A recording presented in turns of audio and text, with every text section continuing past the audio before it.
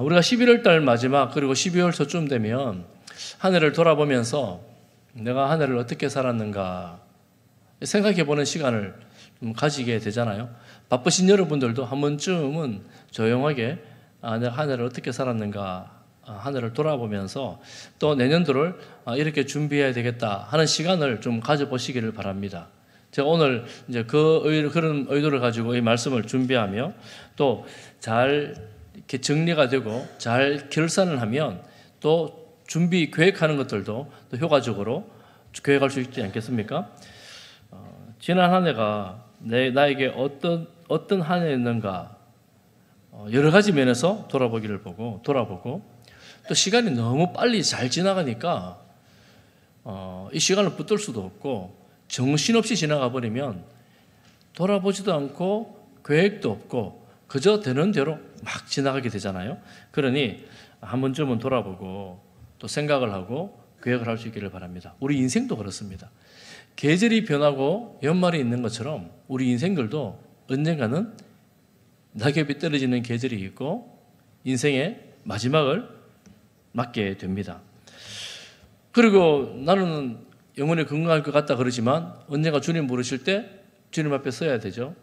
설 때 주님이 우리에게 물으신다면 우리가 무엇이라고 대답할 수 있을까? 또 준비를 해야 되지 않겠습니까? 우리 인생에도 결산의 때가 있다 이 말입니다.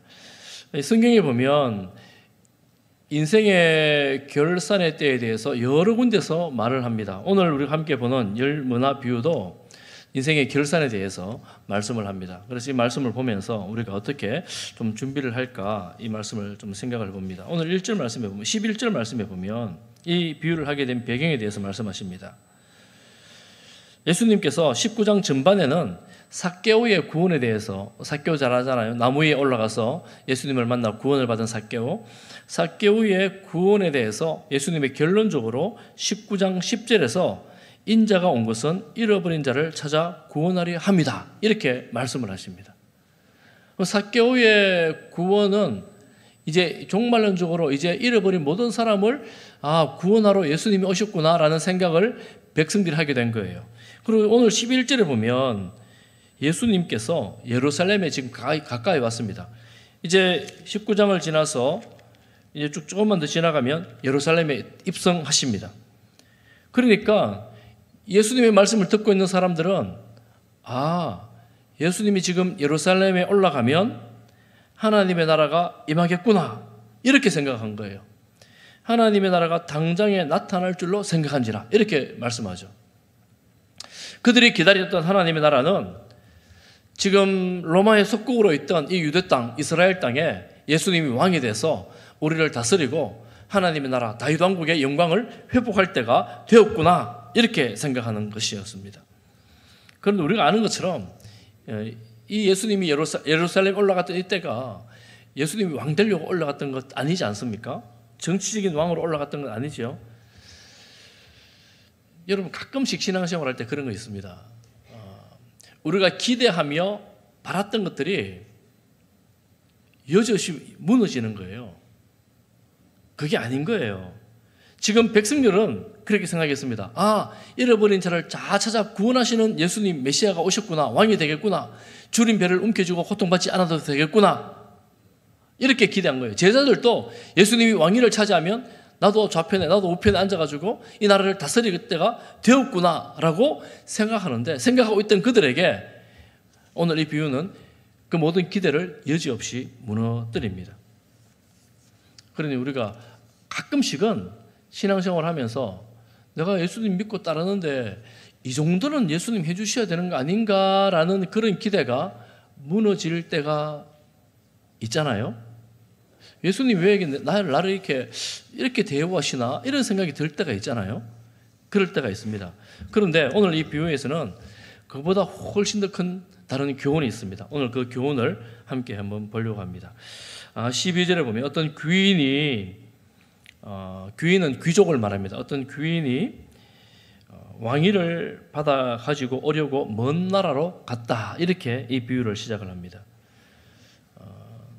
그 당시에 그 헤롯 대왕이라고 있었는데 지금 요 말씀하던 시대는 헤롯 대왕이 다스리던 시대는 아니었습니다. 헤롯 대왕이 주전 40년에 로마가 다스리던 그 지역에 그 유대 지역의 왕권을 얻기 위해서 로마 가이사 황제에게로 갔습니다. 주전 40년에. 그리고 그 왕권을 받아 가지고 유대 땅에 와서 이제 실질적인 왕으로서의 통치를 했습니다. 속국의 왕으로 다스렸습니다. 그런 내용들을 이 비유의 틀로 하고 있는 거예요.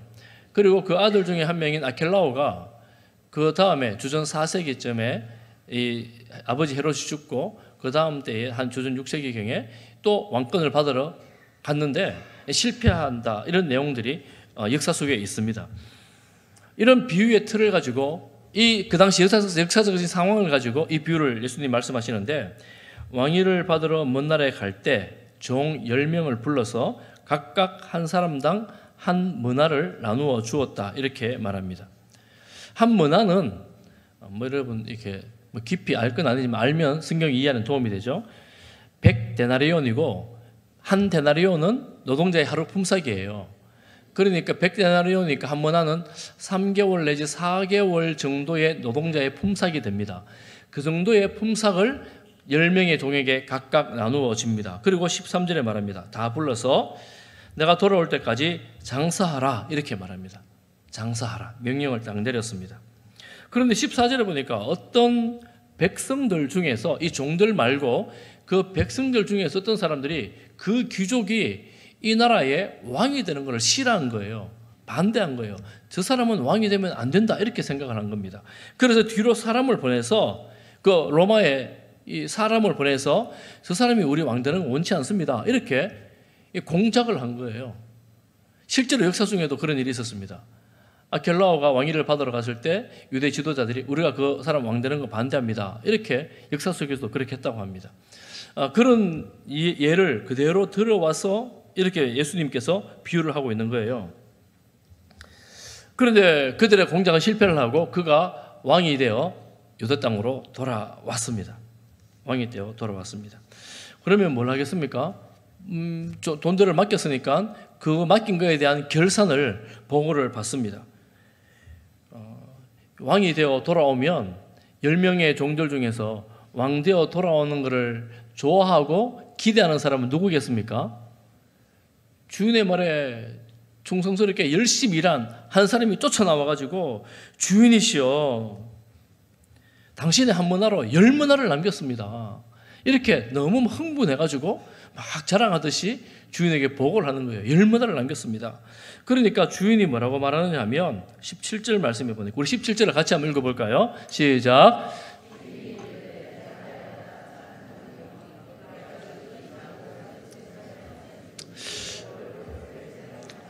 이 주인은 넘치도록 칭찬합니다. 잘했다 착한 종아, 네가 이 작은 것에 충성했으니까 10골 권세를, 왕이 됐으니까 왕의 권세를 나눠주는 거예요. 이 권세를 네가 차지해라, 이렇게 말합니다. 그러니까 또 한 종이 나와서 말합니다. 주인님, 저는 5문화를 남겼습니다. 그럼 너도 5골 권세를 차지해라, 이렇게 상을 줍니다. 칭찬하며 상을 주죠. 이 두 부류의 종은 주인이 갈 때 명령했던 말씀에 충성스럽게 순종을 했습니다. 변하지 않는 마음으로, 흔들리지 않는 믿음으로 우리 주인이 왕이 되어 돌아올 거야, 우리 주인이 왕이 되면 너무 좋겠어, 이런 기대감을 가지고 열심히 일했습니다. 그리고 주인은 그들의 그 태도에 대해서 칭찬을 하면서 상을 내려주셨습니다. 그런데 세 번째 종이 나타납니다. 세 번째 종은 뭐라고 말하느냐 하면 20절에 보니까 한 사람이 와서 이르되 주인이여 보소서, 당신의 한 문화가 여기 있나이다. 내가 수군으로 사두었나이다. 그 나눠준 문화를, 이게 은인데 은화를 그냥 그대로 가지고 온 거예요. 수군으로 사서 그대로 펴 보여주는 거예요. 주인이 장사를 했는데 그냥 그대로 가져와서 하는 말이 뭐냐 하면 21절에 보니까 당신이 엄한 사람인 것을 내가 무서워함이라. 주인을 무서워했어요. 엄한 사람이었대요. 그리고 두지 않은 것을 취하고 심지 않은 것을 거두는 주인이라고 주인을 평가하고 있습니다. 이 종은 이 주인에 대해서 두려움 때문에 내가 이걸 그대로 가져왔습니다. 이렇게 말하면서 이건 내가 게을러서 일 안 한 게 아닙니다.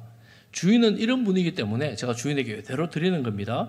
주인에게 자기가 일 안 한 것에 대한 핑계를 주인에게 대며 또한 원망의 토가 있죠. 주인은 그런 분 아닙니까? 이런 말입니다. 그렇지만 이 종의 주인을 향한 평가는 완전히 틀렸습니다. 완전히 잘못한 거예요. 왜냐하면 이미 주인은 똑같이 한 문화를 줬거든요. 그런데 두지 않았대요. 이미 줬거든요. 그런데 심지 않았대요. 주인은 이 종에게 한 문화를 줬고 한 문화를 심었어요. 심었으면 그러면 명령을 했습니다. 가서 장사하라. 명령을 했습니다. 그런데 그는 전혀 받지 않는 것처럼 손에 쥐고 있으면서 아무것도 없는 것처럼 이렇게 세월을 낭비하고 난 다음에 주인에 대해서 당신은 그런 사람이 아닙니까? 이렇게 말하는 거예요. 참 안타까운 상황인데요. 이 종에 대해서 생각을 조금 해볼 필요가 있습니다. 왜냐하면 이런 종의 태도가 그 시대뿐만 아니라 오늘날 우리에게도 여전히 많이 있기 때문에 그렇습니다. 아니, 우리가 문화를 언제 받았나? 달란트를 언제 받았나? 이렇게 생각할 수 있는데, 여러분, 소통의 문제에 있어서 의사를 소통할 때 가끔 보면 뭐 그런 소통이 있잖아요. 소통이 잘 안 되는 경우가 있습니다. 그런데 그런 경우 어떤 경우냐면, 우리가 이렇게 건강하게 대화로 소통할 수 있으면 좋은데, 건강하게 대화를 하는데 항상 저 사람이 무슨 생각으로 저런 말을 하는 거, 어떤 의도를 가지고 저런 말을 하는 거라고 계속 생각을 하는 거예요. 그리고 그 상대방의 말에 대해서 정확하게 듣고 그 말에 반응하는 것이 아니라 내가 해석한 걸로 계속해서 말을 하는 거예요. 내가 해석한 걸로. 물론 사람들은 표정으로 또 몸짓으로 의도를 계속해서 언어로 소통을 하는데 제일 가장 강력한 것은 이 언어의 소통입니다. 말의 소통입니다. 예를 들면 그런 거죠. 주인이 장사하라 그러면 장사하면 되잖아요. 그런데 내가 주인이 왜 나를 보고 장사를 하라고 했을까? 사과를 팔아야 되나? 배를 팔아야 되나? 이것만 계속 고민하는 거예요. 그리고 주인에게 묻는 거예요. 주인님, 사과를 팔까요? 배를 팔까요? 야, 사과를 팔든지 배를 팔든지 뭐든지 팔아.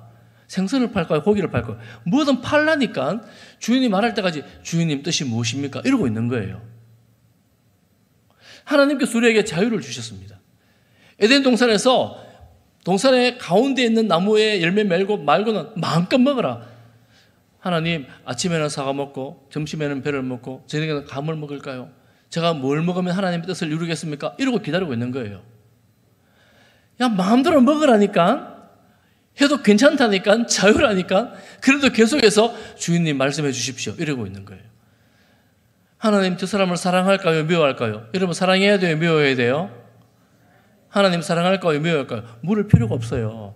용서할까요? 용서하지 말까요? 물을 필요가 없습니다. 전도할까요? 전도하지 말까요? 물을 필요가 없어요. 그런데 계속 미워하고 있으면서 내가 하나님 뜻을 다 이루었습니다 이렇게 하는 것은 하나님 뜻을 아직까지 모르는 게 아니고 순종을 하지 않는 거예요. 여러분, 이 기준을 아시겠습니까?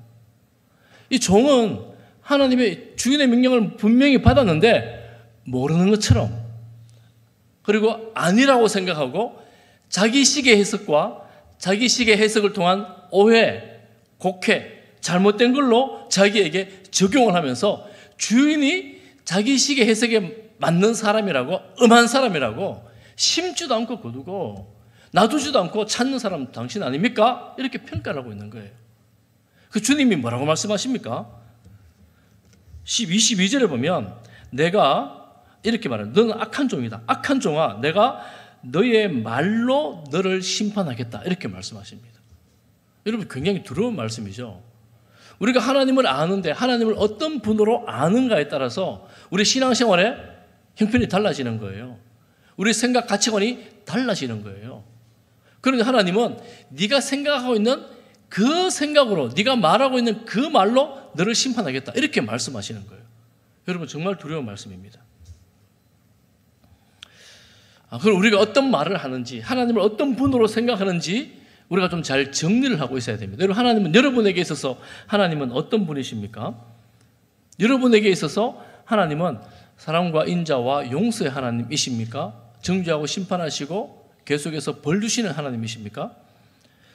우리가 그래서 예수님을 믿는다라고 말할 때 내가 믿는 하나님, 내가 섬기는 하나님, 그분은 나에게 어떤 분이신가를 한번 생각해보고 또 내게 베푸신 은혜를 기억해보고 내가 주신 것이 있다면 주님께서 뭐라고 말씀하시는지를 기억하고 살아가야 된다는 거예요. 사실은 여러분 이 문화 비유에서는 한 문화씩을 맡깁니다. 그런데 달란트 비유에서는 몇 달란트를 맡깁니까? 5달란트, 2달란트, 1달란트를 맡겨요. 그 달란트 비유에서는 1달란트 받은 종은 좀 불평을 할 만하지 않습니까? 물론 그 본문에 보면 각 능력대로 맡겼다 이렇게 말씀하긴 합니다만 문화 비유에서는 똑같이 맡깁니다. 똑같이 맡겨요. 그러니 중요한 것은 뭔가 주인을 향한 그의 태도, 주인이 어떤 분이신가에 대한 그의 인식이 중요한 것이라는 거예요. 여러분 결론을 보면 10문화, 5문화를 받지 않습니까? 그거 남기지 않습니까? 똑같이 주셨지만 재능과 은사가 개인적으로는 다르다는 것을 알 수가 있어요. 그러니 주신 것에 따라서 열심히 일하면 되는 거예요. 재능과 은사는 다 다릅니다. 다 달라요. 각기가 다릅니다. 그죠? 열심히 일하면 되는데 우리가 기억해야 될 것, 결산의 때가 있다라는 것입니다. 주인이 말합니다. 그 한 문화 가져와가지고 10문화 있는 사람에게 줘라 이렇게 말씀하는 거예요. 그러니까 뭔가 불공평한 것 같잖아요. 저 5달러 문화 남긴 사람 주면 몰라도 어떻게 또 더 많이 있는 사람에게 주라 그럴까요? 오늘 성경 보십시오. 26절을 우리 같이 한번 읽어보겠습니다. 26절 시작. 주인 이르되 내가 너희에게 말하노니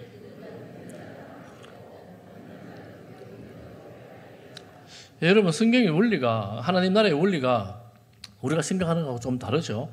하나님 나라는 무조건 공평해야 돼가지고 똑같을 거라고 생각하는데 하나님 나라에 상이 있습니다. 하나님께 주시는 상이 있어요. 좀 다릅니다. 달라요.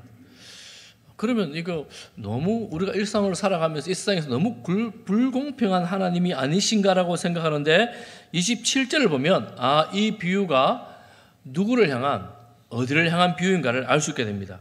27절을 보면 끔찍한 말씀을 하는데요. 27절을 같이 읽어봅니다. 시작. 그리고 내가 왕됨을 원하지 않던 저 원수들을 이리로 끌어다가 내 앞에서 죽이라 하였느니라. 그래도 왕으로 오셔가지고 왕으로 주인으로 귀족으로 주인으로 있을 때는 이 생명을 빼앗을 수는 없지만 왕으로 와서 이 생명을 빼앗아 죽이라 그러잖아요. 너무 좀 과하지 않나 이렇게 생각할 수 있습니다. 그런데 이 비유가 단지 일상에서 일어나는 비유이기도 하지만 종말론적인 비유다 하는 것을 우리가 기억할 때 이 비유는 마지막 날에 우리 인생에게 적용되어지는 거구나 하는 걸 알 수가 있습니다. 마지막 날에는 예수님을 왕으로 인정하지 않는 그들은 원수입니다. 그들은 죽음을 면치 못할 것입니다. 영원한 죽음, 멸망을 면치 못할 것입니다. 바로 그 내용입니다. 그래서 이 비유는 어떤 내용이냐면 종들에게 문화를 나눠준 귀인은 예수님으로 상징할 수가 있고 그리고 예수님의 승천은 왕위를 받으러 떠나간 것으로 그리고 다시 오는 것은 재림으로 비유할 수가 있습니다. 예수님 재림 때에는 예수님 오실 때는 종말의 시간에는 반드시 결산이 있다라는 것을 말씀을 하는 거예요.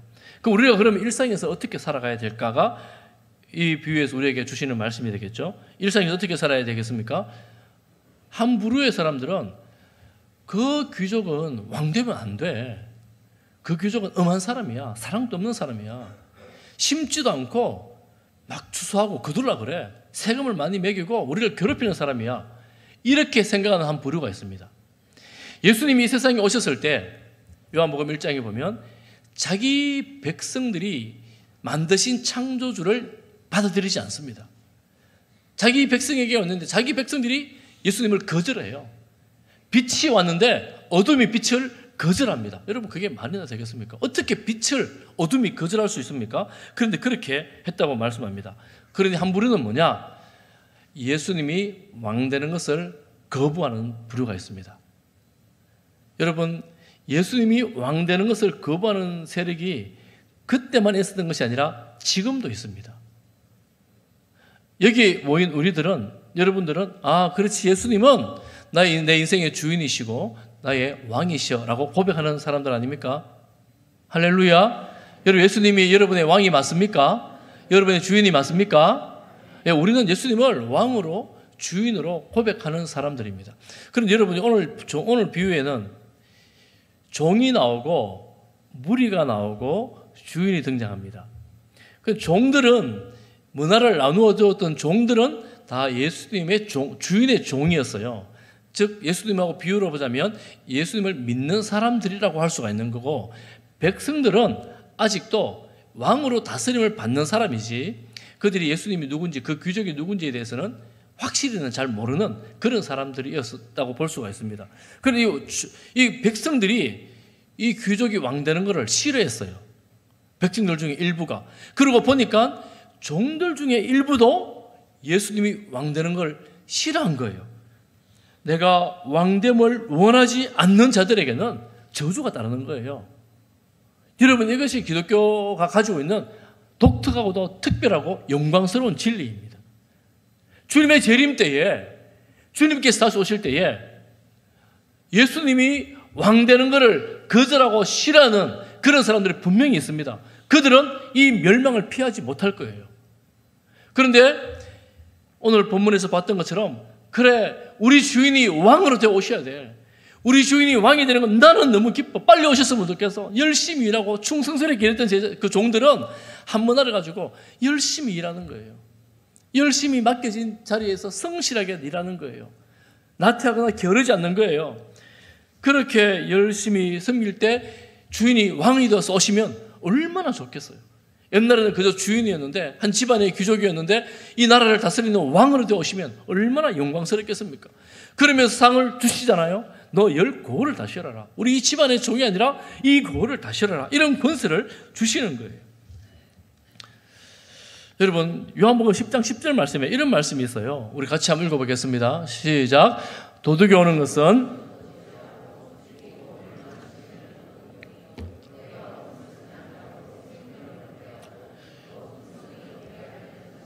예수님이 이 땅에 오신 것은 잃어버린 자를 찾으러 오셨어요. 잃어버린 자를 구원하러 오셨습니다. 예수님이 온 것은 그 잃어버린 자들에게 생명을 얻는 것입니다. 영생의 복을 누리게 하는 거예요.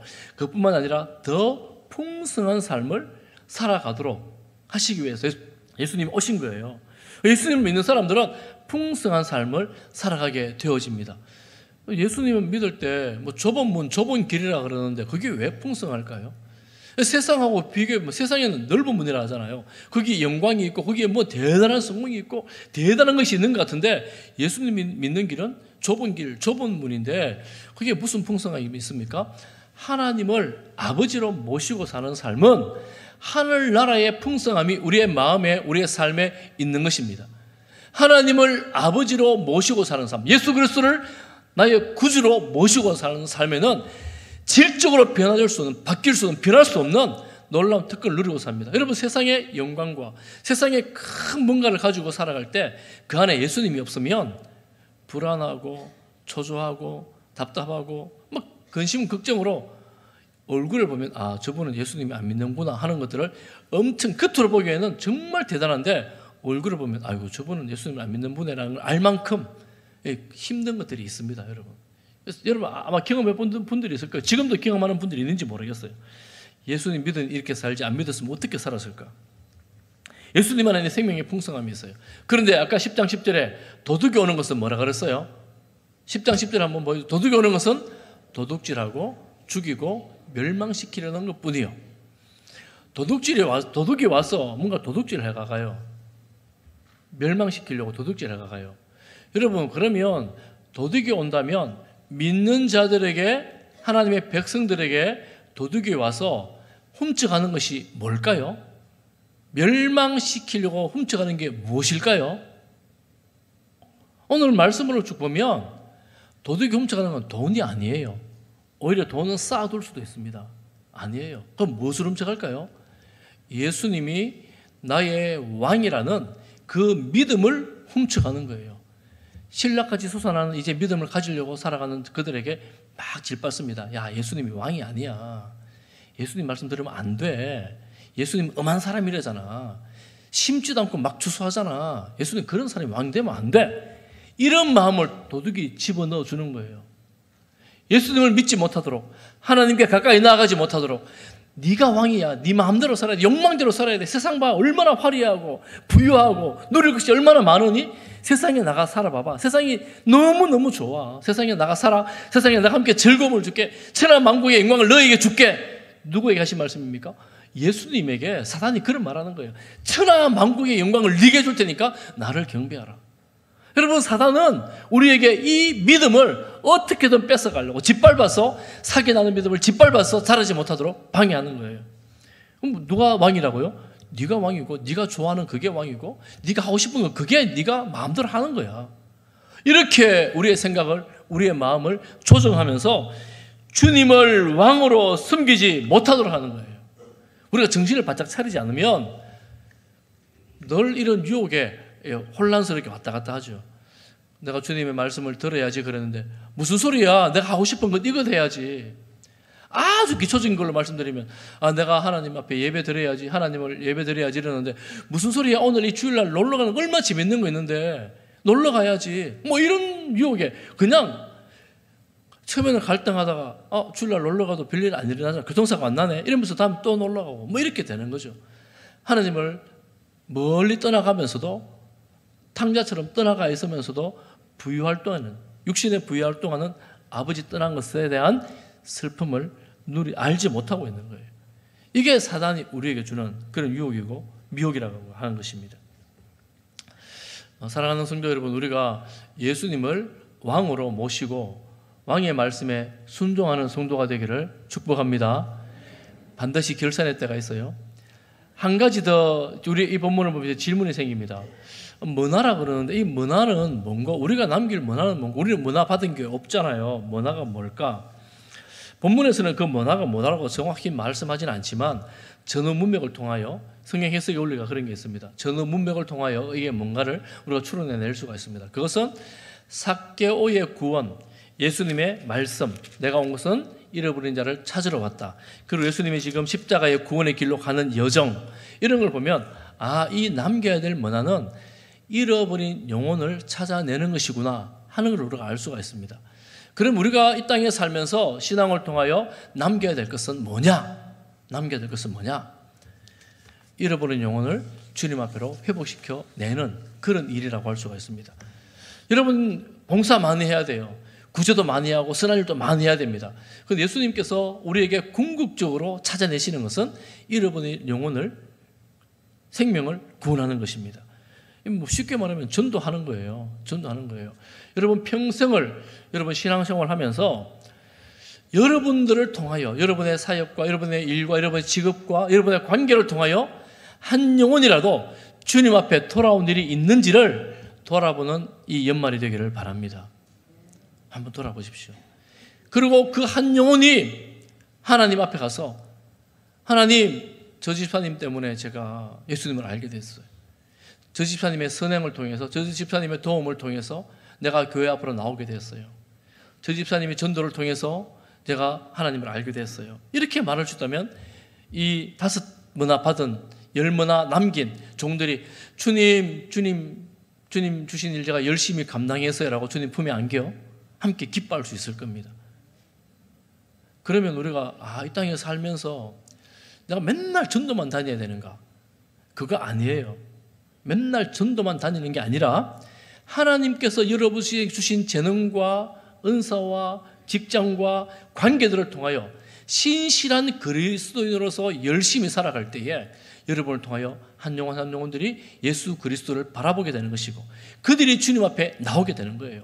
그럼 우리는 그분들을 하나님 앞으로 이끌어내는 그런 정도의 역할을 하는 거죠.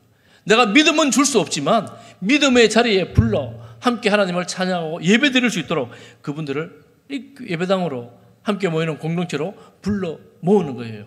그래서 우리가 소그룹을 하고 전도회를 하고 함께 예배를 드리는 자리가 생명과 구원의 자리가 되는 것입니다. 저는 우리 예수님을 믿고 따르는 성도들이 뭐 나만 믿어 구원받으면 되지 그거 아니잖아요. 내 가까이 있는 가족들이나 형제들이나 친구들이 나의 권유와 나의 사랑과 나의 삶과 나의 언어를 통해서 여러분들의 삶 전체를 통해서 하나님 앞으로 돌아 나오게 되는 놀라운 역사가 있기를 주님의 이름으로 축복합니다.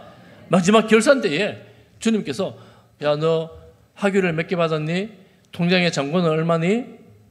이것 갖고 결산하지 않을 거예요. 여러분 그럴 거 아니에요? 집이 몇 채니? 이거 여러분 가지고 주님 우리 앞에 결산하지 않을 거잖아요. 여러분 이게 오해하지 마시기 바랍니다. 열심히 성실히 살지 말라는 말이 아니에요. 열심히 성실히 살아야 돼요. 여러분 최선을 다해 살아야 돼요. 그런데 결산할 때는 우리의 영혼이 우리의 심령이 주님 앞에서 어떤 생명으로 살았는지 얼마나 많은 사람들을 주 앞으로 오게 했는지를 주님 보실 것입니다. 그러니 우리 성지의 가족들 여러분 믿음으로 한 영혼 한 영혼을 바라볼 때마다 아 주님 믿어야 되는데 사랑하는 마음으로 바라보면서 사랑을 나누고 베풀고 구제하고 또 복음을 전하고 이러면서 여러분들을 통하여 우리를 통하여 우리 교회를 통하여 생명의 구원의 역사 일어나기를 간절히 소망하며 축복합니다. 마지막으로 제가 한 가지만 드리고 싶은 말씀은 예수님이 나의 왕이라고 생각하고 말은 했는데 나중에 한 달란트 한 문화 받은 사람처럼